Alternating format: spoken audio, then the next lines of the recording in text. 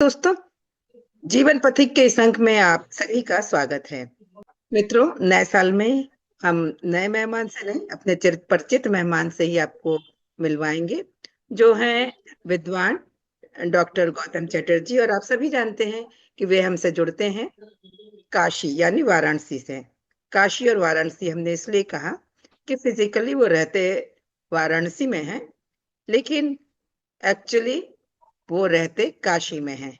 ये उन्होंने आपको हमारे किसी एपिसोड में जरूर समझाया होगा। और ये हम इसलिए कह रहे हैं कि कभी कभी मुझे लगता है कि इतने मल्टी टैलेंटेड हैं, इतने ज्यादा उनके अंदर हुनर है, इतने गुण हैं, इतने विद्वान हैं कि उनका पूरा परिचय आपसे कैसे करवाएं। तो पहले आइए, सबसे पहले उनका अभिनंदन कर लें इस अंक में। गौतम जी, इस अंक में आपका स्वागत है। आपका भी अभिनंदन मेनका जी, आनंद। गौतम जी, जब हम आपके बारे में कहना चाहते हैं तब हम ये जरूर सोचते हैं कि कौन से शब्द आपकी प्रशंसा में इस्तेमाल करें कि वो लगे, वो वास्तव में हमारे अंदर जो है उसको प्रेजेंट कर सके, अभिव्यक्त कर सके। कि सच्चे दिल से, जैसे जो आदमी कहता है, सच्चे दिल से अगर केवल वाह कहे तो उस वाह में भी बहुत ज्यादा कहना चाहिए कि प्रशंसा शामिल हो जाती है। और कभी कभी हम लंबे लंबे वाक्य बोल देते हैं या लिख देते हैं, लेकिन बाद में ऐसा कुछ सुनने मिल जाता है ना कि अरे, ऐसे तो वो मुंह पे इतनी प्रशंसा कर रहे थे, लेकिन देखो तुम्हारे हटते ही उन्होंने तुम्हारे क्रिटिसाइज करना शुरू कर दिया या तुम्हारे बारे में कुछ नेगेटिव बोलने लगे। तो वो प्रशंसा वाले शब्द भी ऐसे कैसे कुछ खास होते हैं क्या? प्रशंसा में आदमी बोलता है, फिर निंदा में बोलता है।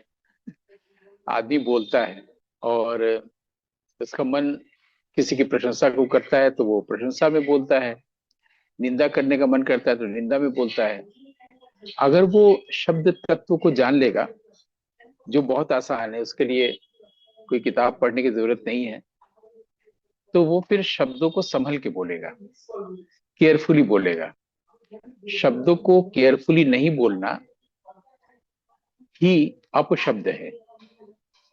हमारे यहाँ व्याकरण शास्त्र में अपशब्द, जैसे आजकल हम लोग गाली बोलते हैं, उसके लिए सोचते हैं कि अपशब्द है। ऐसा नहीं है। शब्दों को सही ढंग से नहीं बोलना, सही उच्चार नहीं देना, इसी को अपशब्द बोलते हैं। तो अगर शब्द तत्व को हम लोग जान लेंगे तो फिर हम लोग कभी भी केयरलेस नहीं रहेंगे कुछ भी बोलते समय। तो अब बहुत सोच समझ के बोलने की भी जरूरत नहीं है, लेकिन शब्द तत्व को जान लेना बहुत जरूरी है। जैसे मैं इसको ऐसे बताता हूँ कि हमारे भीतर मौलिकता होती है। मौलिकता की जो खुशबू है वो शब्द में आनी चाहिए। अगर हमारी मुस्कान आपसे अलग है, मैं आपसे अलग दिखता हूँ, तो विचार भी मेरे होने चाहिए, आपके नहीं, या आप जैसे नहीं, है ना? तो और जब भी ऐसा होगा तो वो शब्द का सही व्यवहार होगा।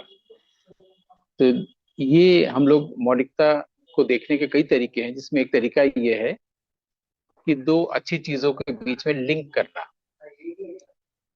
तो शब्द तत्वों की जब हम लोग बात कर रहे हैं तो उसके लिए सबसे पहले हम लोग को इसका उदाहरण वेद में मिलता है।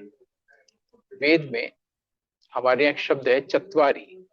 चत्वारी माने चार स्तर पर है। तो वाक के लिए चार स्तर का आ गया चत्वारी वाक।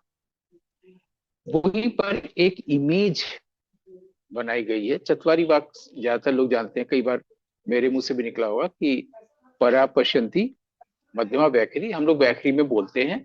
बाकी तीनों की खबर विद्वान लोग रखते हैं, साधारण लोग नहीं रखते हैं। अभी उसकी बात नहीं कर रहे हैं। अभी इसकी बात कर रहे हैं कि एक इमेज दिया गया है, जिसको हम लोग संध्या भाषा कहते हैं, कि ऐसी चीज जो समझ में ना आए। जिसमें उसमें एक वृषभ की कल्पना की गई है। वृषभ का मतलब होता है बुल, जिसको आम भाषा में सांड कहते हैं।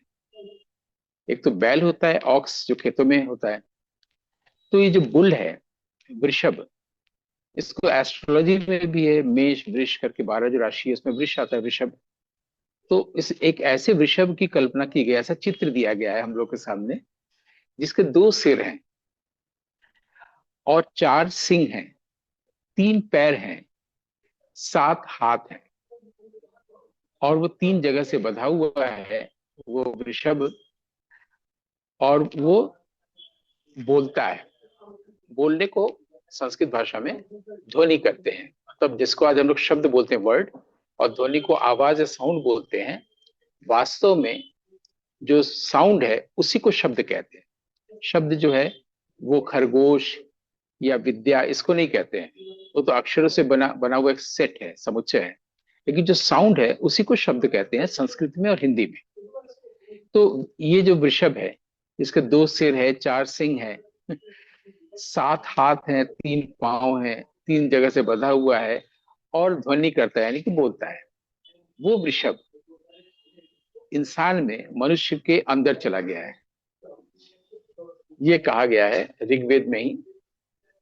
मेरे ख्याल से ऋग्वेद के चौथे मंडल के 58वें सूक्त के का ये तीसरा मंत्र है, जहां तक मुझे याद आता है। 54वां सूक्त भी हो सकता है, 54वां सूक्त या 58वां सूक्त। तो उसमें ये दिया गया कि ये एक इमोर्टल विषभ है, सांड है, इमोर्टल, जो जिसको खत्म नहीं होता। वो हमारे मृत्युशील नश्वर शरीर के अंदर चला गया है। ऐसे शरीर में जो मरणशील है, जिसकी मृत्यु होनी है, उसमें वो एक अमर वृषभ है जो बोलता है। इसलिए हम सभी बोलते हैं। इसे खरगोश नहीं बोलता, हिरण नहीं बोलता, कुत्ता नहीं बोलता, गाय नहीं बोलता, लेकिन हम लोग इस तरह से बोलते हैं और प्रशंसा और निंदा करते हैं, है ना। ये एक बात हुई ऋग्वेद की। अब एक दूसरी तरफ देखिए, युग युग से हम लोग शिव की एक तस्वीर देखते हैं, गले में सांप और न जाने क्या क्या, और डमरू भी है, और त्रिशूल भी है, वहां पर बुल भी है। तो आमतौर पर साधारण लोग या विद्वान लोग यही बात करते हैं कि जैसे गणेश का वाहन चूहा है, लक्ष्मी का उल्लू है, उनका वाहन, चलिए ये है, बुल है, सांड है। और बनारस में, काशी में लोग सांड वगैरह को इधर तो देखते भी हैं। लेकिन अब आप अगर हम इन दोनों को जोड़ दें, कि अभी जो ऋग्वेद ने जो वृषभ या बुल की जो को जो प्रतीक रूप में कहा, वही बुल तो शिव के साथ है। मतलब ऐसा तो नहीं है कि काशी में एक शिव कोई व्यक्ति रहता है और वेद में कभी कुछ कहा गया है। शिव भी प्रतीक है। शिव का मतलब जो कल्याण करता है, उसको भद्र भी कहते हैं। बंगाली लोग सभ्य को बंगला में भद्र कहते हैं, और एक समय में बंगाली में, बंगाल में भद्रलोक की दुनिया भी कही, भद्रलोक, भद्रलोक, है ना। और उसी का स्त्रीलिंग है भद्रा, जो कल्याणकारी है। जो लोग शब्दों का सही प्रयोग करते हैं, वहां पर कल्याणकारी यानी कि भद्रा लक्ष्मी खुद आ जाती है। भद्रा माने कल्याणकारी, शिव माने कल्याणकारी, उसका स्त्रीलिंग भद्रा।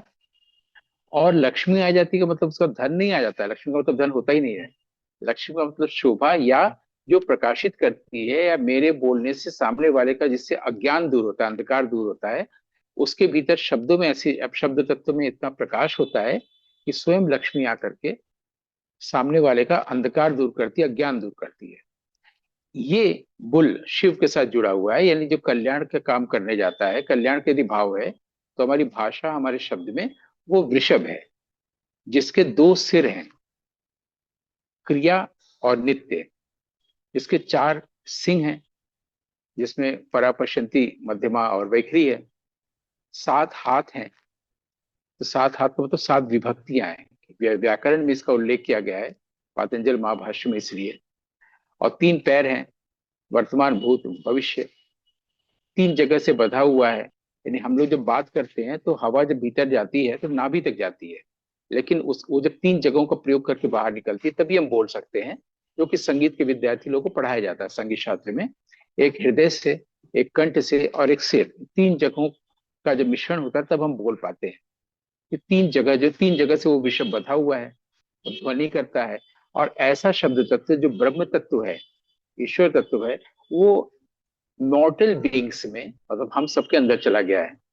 कितनी अच्छी बात है। शिव का कभी आपने भी नहीं सुना होगा काशी में किसी को बोलते हुए, विश्व के किसी भी ग्रंथ में, किसी किताब में, किसी व्याख्यान में आपने नहीं सुना होगा कि शिव के साथ जो बुल है उसकी व्याख्या इस तरह से जो अभी की गई।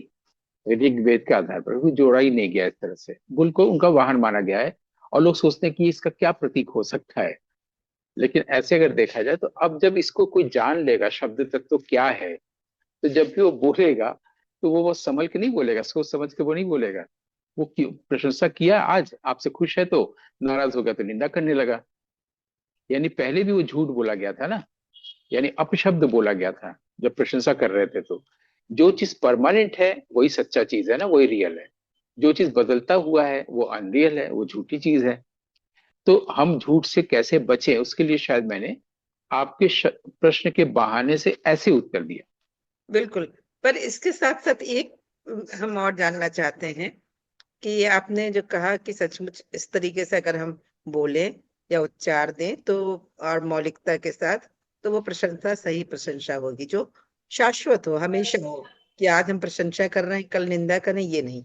लेकिन अगर एक साधारण व्यक्ति जिसको कोई चीज बहुत अच्छी लगती है, आपकी बातें अच्छी लगती हैं, और कोई भी चीज जो उसको अच्छी लगती है, वो अपने सामान्य शब्दों में, बहुत कॉमन शब्दों में अगर प्रशंसा करता है, तो वो वैल्यूबल होती है? या वो ऑर्नामेंटल लैंग्वेज ही जो यूज करते हैं, उनकी प्रशंसा ही वैल्यूबल होती है? देखिए, पढ़े लिखे लोग ऑर्नामेंटल लैंग्वेज यूज करते हैं, क्योंकि भाषा में सौंदर्य लाने के लिए ऑर्नामेंट्स होते हैं। जैसे शरीर में स्त्रियों के लिए सौंदर्य के लिए अलंकार होते हैं, गहने होते हैं।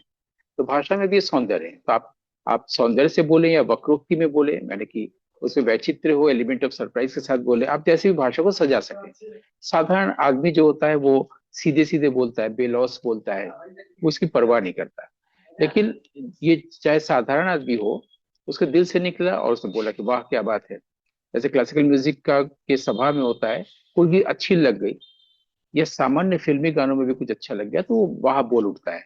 लेकिन अगर कोई पढ़ा लिखा है और अपने आप को भद्र या सभ्य कहता है, वो व्यक्ति अगर बहुत साज सज्जा के साथ किसी बात को रखता है, तो उसे भी ये जानना चाहिए कि ये शब्द की जो अपनी गरिमा, उसकी शक्ति है, उसके बारे में कहा गया है कि लोग शब्द के, वो लोग भी शब्द को बहुत ही सत्तू की तरह छान के बोलते हैं। मैंने प्रज्ञा से सत्य को, शब्द को देख लेते तब बोलते हैं, छान के।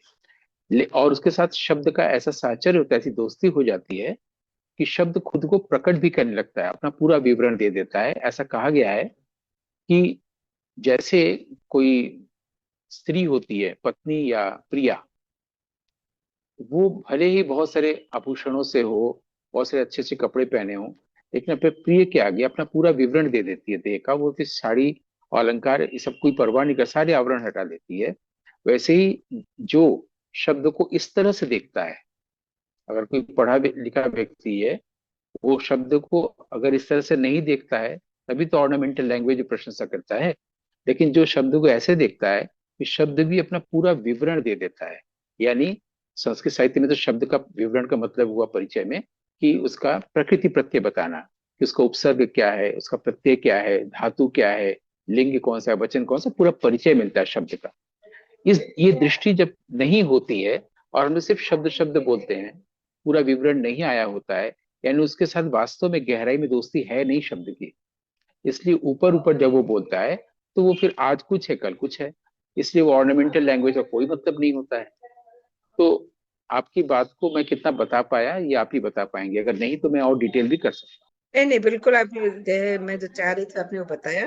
बस मतलब ये मैं जानना चाह रही थी कि अगर हम सिंपल वे में भी वाह वाह भी करते हैं, और दिल से करते हैं, और वो वाह वाह शाश्वत है, ये नहीं कि हमने आज वाह वाह कही और कल हम निंदा करने लगे, तो मुझे लगता है कि वो वाह वाह ज्यादा सही है, जो शाश्वत हो। हूँ।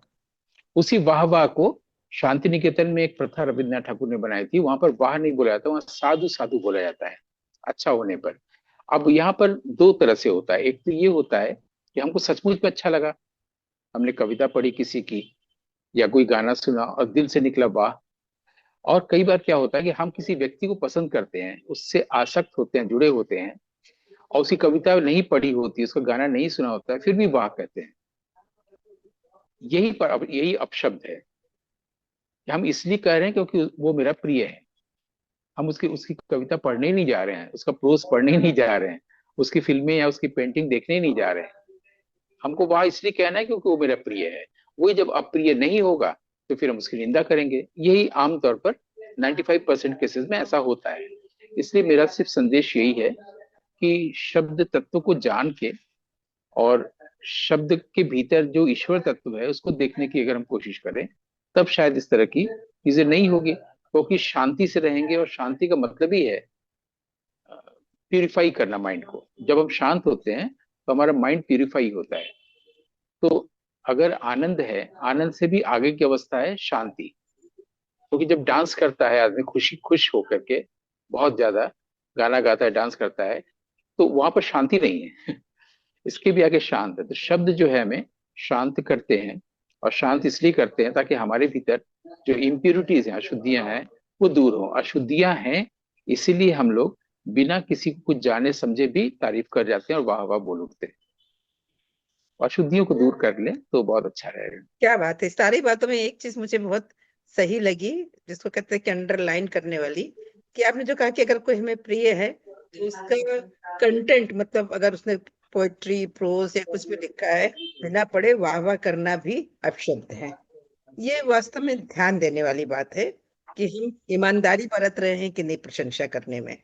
ये भी हुआ कि हम अगर ईमानदारी से प्रशंसा करना चाहते हैं तो अपने प्रिय की सारी चीजें पहले पढ़ेंगे भी, और फिर उसके बाद उसकी प्रशंसा करेंगे, या जैसा हमें लगा वैसा कहेंगे। तो एक बहुत अच्छे, बहुत इंटरेस्टिंग टॉपिक पे आपने बहुत अच्छा बताया और बड़े विस्तार से बताया, वेदों के रेफरेंस में भी बताया। ये सचमुच अच्छा लगा, वाह वाह। तो हम इसको बस वाह वाह ही कहेंगे, क्योंकि सचमुच बहुत अच्छा लगा। और अपने दर्शक मित्रों की ओर से भी हम आपका इसके लिए आभार व्यक्त करते हैं कि आपने इतनी अच्छी बात, प्रशंसा की बताई। साधु साधु, बहुत बहुत धन्यवाद। आनंद आनंद आनंद।